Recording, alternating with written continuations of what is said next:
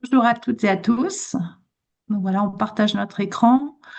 Est-ce que tout le monde a accès au visuel? Voilà. Donc, en effet, donc je suis Fanny Dupré, en charge des relations entreprises à Polytech Paris-Saclay. Je suis accompagnée de Bruno Lucas, qui se présentera dans un deuxième temps, qui prendra le relais de la présentation. Donc là, moi, j'introduis un petit peu l'école. Donc, nous sommes une école avec une spécialité, donc l'école Polytech Paris-Saclay, située sur le plateau de Saclay, avec la spécialité photonique et système optronique que nous souhaitons mettre un petit peu en lumière ici. C'est un beau jeu de mots à travers cette présentation. Donc, on fait partie de l'Université Paris-Saclay, dans le sens où nous sommes une composante de l'université, la composante école d'ingénieurs. Donc, Polytechnique Paris-Saclay fait donc partie de l'université. Et en cela, on a des étudiants qui sont à proximité, comme on a pu le mettre en avant sur cette slide, avec les nombreux laboratoires de l'université, principalement les laboratoires que vous connaissez, le CNRS, le CEA, l'ONERA, qui font partie de l'écosystème de Paris-Saclay.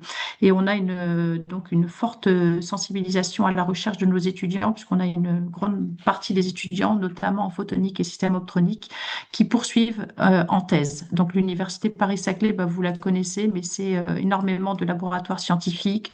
Donc sur cette slide, vous voyez 220 laboratoires, 13% de la recherche nationale, un écosystème d'étudiants et d'étudiantes évalué autour de 50 000. Et voilà, tout cet écosystème dont profite Polytech Paris-Saclay. Donc, ce qu'on souhaitait vous dire aussi, c'est que nous faisons partie d'un réseau, le réseau Polytech, qui est un réseau national d'écoles d'ingénieurs, chaque école étant rattachée à son université de rattachement, comme je viens de vous le dire, pour Polytech Paris-Saclay, c'est l'université Paris-Saclay, mais c'est le cas pour les 16 écoles du réseau.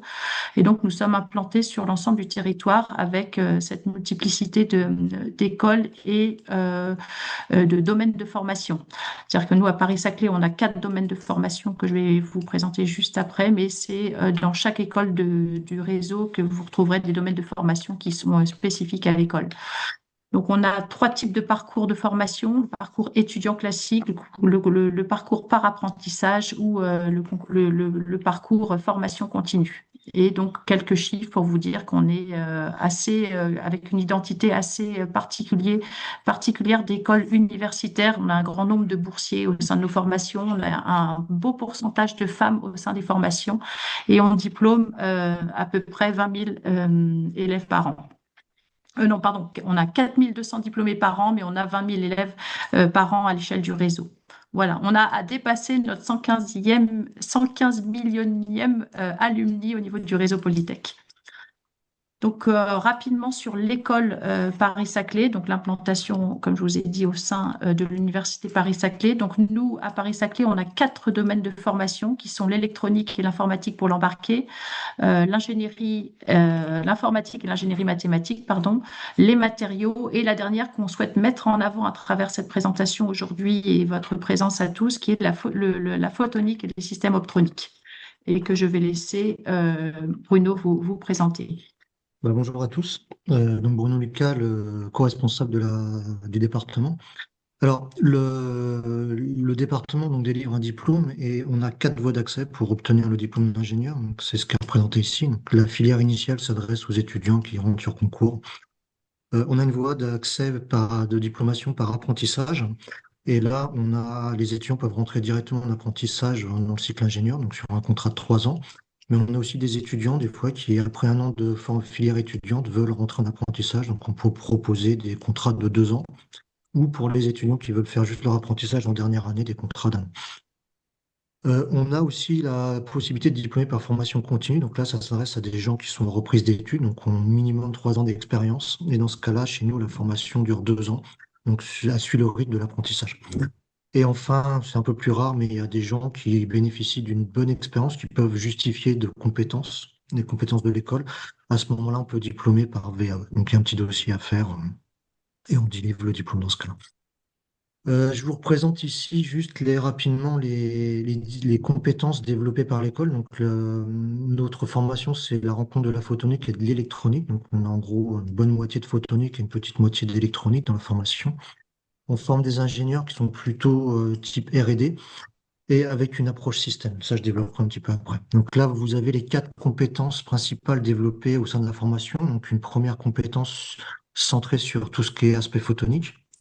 Une deuxième compétence, donc, c'est tous les aspects électroniques, c'est-à-dire qu'on va développer les compétences, donner les compétences aux ingénieurs qui vont leur permettre d'avoir une approche système, pas que la partie optique, mais capable de gérer tout l'environnement électronique et informatique pour que la photonique puisse remplir une fonction.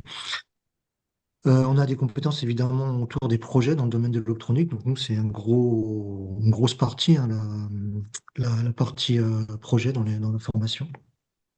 Et enfin, comme on approche système, bah, on a des compétences autour des systèmes optroniques innovants, donc dans lesquels on va aborder notamment l'optronique et puis évidemment l'optronique au travers des applications.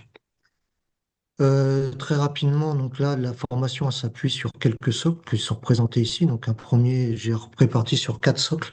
Le socle scientifique où vous retrouvez toutes les compétences, les connaissances en optique photonique.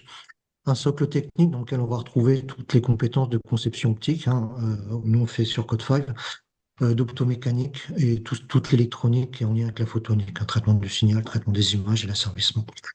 J'ai mis un socle numérique, donc on fait pas mal de programmation quand même, hein. On fait de l'électronique numérique, comme je vous l'ai dit tout à l'heure.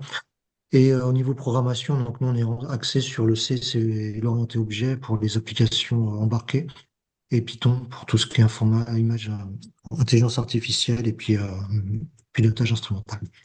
Et enfin, il y a un socle sur les systèmes optroniques où on voit l'optronique dans tous les environnements applicatifs, donc la photonique pour l'environnement, les télécoms, l'optronique, l'infrarouge, la biophotonique.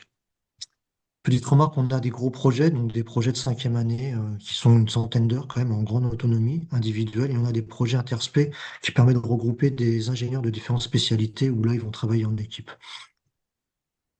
Alors, notre formation, ça appuie sur une plateforme, une très grosse plateforme. Donc, on a l'avantage d'avoir plusieurs départements à l'école. Donc, on a déjà accès à la plateforme électronique qui est partagée entre le département électronique et le département photonique. Et puis, on a une plateforme vraiment dédiée au département photonique dans lequel on va retrouver 2 grosses salles autour des lasers, pas mal d'instrumentation sur les fibres et tout ce qui est ce qu'on appelle optique instrumentation avancée, donc tout ce qui est infrarouge, lidar, optique adaptative, microscopie. Alors, on forme des ingénieurs dont vous avez besoin, mais vous pouvez aussi, on a des besoins, on a besoin des industriels dans la formation et vous pouvez intervenir. Et dans ce slide, je représente ici un peu les endroits où vous pouvez intervenir dans la formation. Donc, je vous rappelle que nos étudiants ont besoin de faire des stages, donc 4e et 5e année, donc 2e année de cycle ingé et 3e année de cycle ingé, de 12 et 24 semaines. On fait des projets de 100 heures et on est toujours preneur d'idées de projets qui viennent des industriels. Dans ce cas-là, on les encadre, nous, dans l'école. On propose un encadrant sur vos idées. Évidemment, on est toujours à la recherche de contrats, hein, donc essentiellement des contrats de 3 ans et des contrats de 2 ans. Je reviendrai un petit peu après sur la répartition entreprise et école, donc on reprend après. Et puis, on peut faire des formations à la demande, un cours, des formations d'une semaine sur des points spécifiques, donc là, c'est à la demande des industriels. Alors, je fais un petit focus sur l'alternance. Donc, on peut faire des contrats, donc je lui ai dit 3 ans, 2 ans ou 1 an. Le rythme de l'alternance à Polytech, c'est 2 semaines, 2 semaines. Donc, c'est 2 semaines école, 2 semaines entreprise, avec en fin d'année toujours une grosse période d'entreprise, donc qui permet à l'apprenti de rentrer un peu plus, de s'immerger un peu plus sur un projet. Au cours de cette formation, il y a une mobilité internationale à réaliser de au moins 9 semaines. L'entreprise n'a pas forcément, enfin, n'a pas obligation à trouver une mobilité pour l'apprenti, hein, mais par contre, elle a obligation de le libérer pendant 9 semaines, hein, pas forcément de le payer d'ailleurs.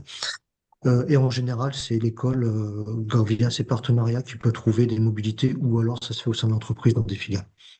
On est en pleine sélection des candidats, donc là, on a fait les dossiers, on a beaucoup de candidats cette année, donc on recherche des contrats, et si vous avez des contrats proposés, évidemment, on est preneurs. Et l'idée, ça serait de faire un partenariat dans le sens où on pourrait vous envoyer des gens qui correspondraient, parmi les candidats qu'on a sélectionnés, qui correspondraient un peu plus à vos demandes.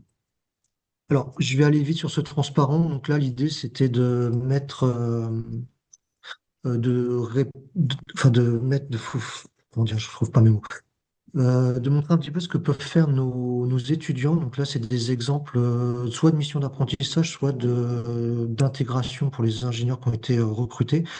Et j'ai réparti, donc ces exemples, je les ai répartis sur différents secteurs d'application. Donc là, je vous laisse lire un peu le secteur qui vous intéresserait le plus.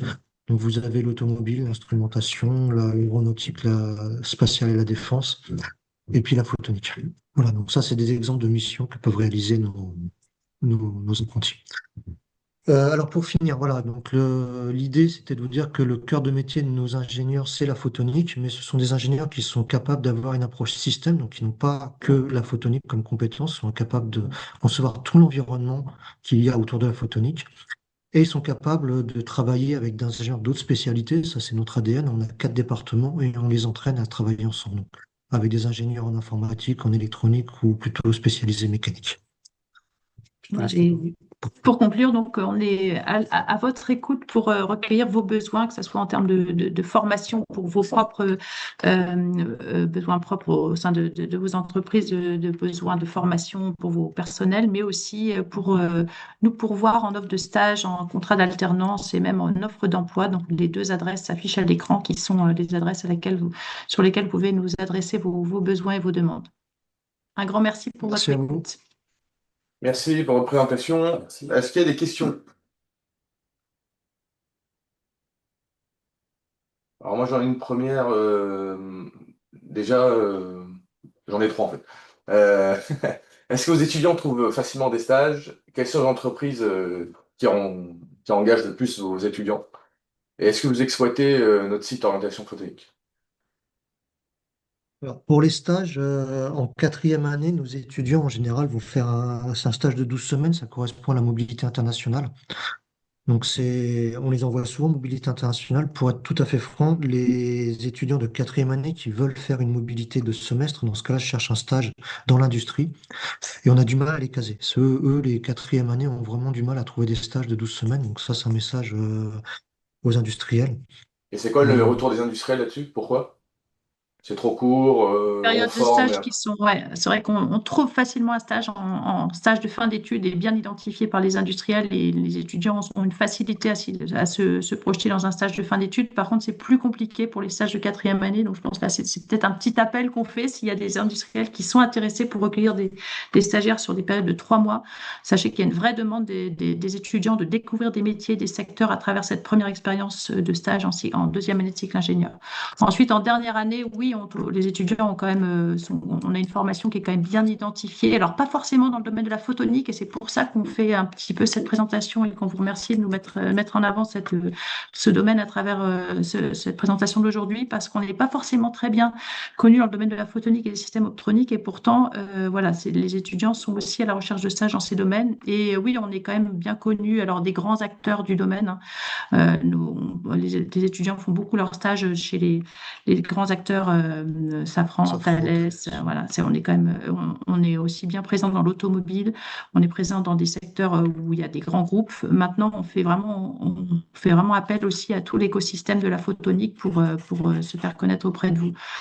Les élèves trouvent des stages, hein, et l'appui de la photonique de votre site va être un réel tremplin pour nous et qu'on va pourvoir. Enfin, c'est aussi ça la volonté de Polytech de vous rejoindre, c'est de mettre un petit peu en avant notre formation à travers votre écosystème aussi et d'en faire bénéficier les étudiants. Est-ce qu'il y a une partie des cours qui sont en anglais? Oui.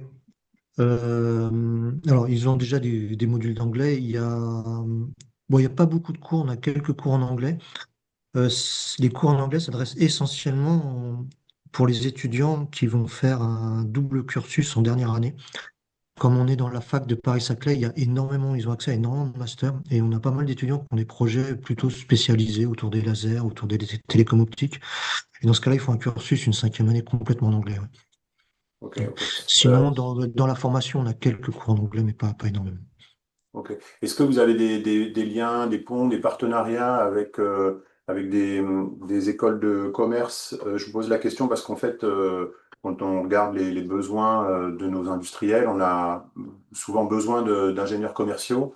Et en fait, il y a quand même, ben, il y en a pas en fait vraiment de formation dédiée au commerce international, en tout cas d'ingénieurs commerciaux en photonique. Et donc, il y a certaines universités ou écoles d'ingé qui montent des partenariats avec des écoles pour avoir des formations complémentaires. Alors, on a un partenariat avec Sorbonne, avec l'IAE de Sorbonne. Ouais. Donc, D'accord. alors, je sais pas si c'est vraiment complètement commercial, mais c'est avec l'IAE. Ah bah Et super. ils font 2 ans, en fait. Ils se manifestent en quatrième année. Ils sont sélectionnés en quatrième année. Et donc, c'est un parcours complémentaire en cours du soir et on leur débranche quelques modules. Donc, effectivement, ça, c'est des étudiants qui sont intéressés par ce genre de parcours. En photonique, alors, on leur interdit pas, on les oblige pas, c'est un choix libre. Et on n'en a pas tant que ça, on en a 2 par an peut-être qui choisissent cette voie-là, quoi. 2 sur 24 à peu près. Ok. Bah, disons que Ouais, souvent, à travers leur stage, ils ont leur expérience technique d'ingénieur, mais c'est vrai que c'est une ouverture métier. On a Mamatsu qui était venu une année faire une présentation à l'école. Alors, sachez qu'on est aussi ouvert à des conférences métiers si les industriels veulent justement mettre en avant ces perspectives. Les étudiants ne sont pas très familiers avec ce type de métier et c'est une approche qui intéresse beaucoup les étudiants en dernière année de savoir qu'ils ne sont pas forcément obligés de partir vers des voies purement techniques, mais aussi avoir une ouverture commerciale. Et on a de plus en plus d'étudiants qui s'ouvrent à ces domaines-là, enfin, au sens, ils les connaissent pas en fait, hein. Ils connaissent pas forcément ces métiers, mais ils sont intéressés pour cette découverte. Donc on est ouvert aussi ça à ouais. des connexions avec vous pour présenter, vous donner la parole dans le cadre de conférences pour adresser ces métiers auprès des étudiants. Ouais. Enfin, en tout cas, je vous encourage vraiment à le faire davantage et à le montrer aussi là dans vos présentations. Et je pense que les gens qui sont autour de la table, là, je pense que juste à François, typiquement, engage souvent des ingénieurs commerciaux et vraiment c'est un vrai besoin dans la filière. Et on nous témoigne souvent un manque crucial, quoi. Donc je vous encourage en tout cas, Ah, très si bien, c'est ouais, possible, à merci du aller plus loin dans feedback. cette voie. Ouais, ok. Merci. Mais s'il y a une vraie demande des industriels, nous, c'est vrai qu'on a des conférences métiers, ça peut être intéressant de venir présenter, c'est 1 heure de présentation devant nos étudiants, ce métier-là, par exemple. Bah là, vous aurez probablement plusieurs. Merci Voilà. beaucoup pour votre présentation.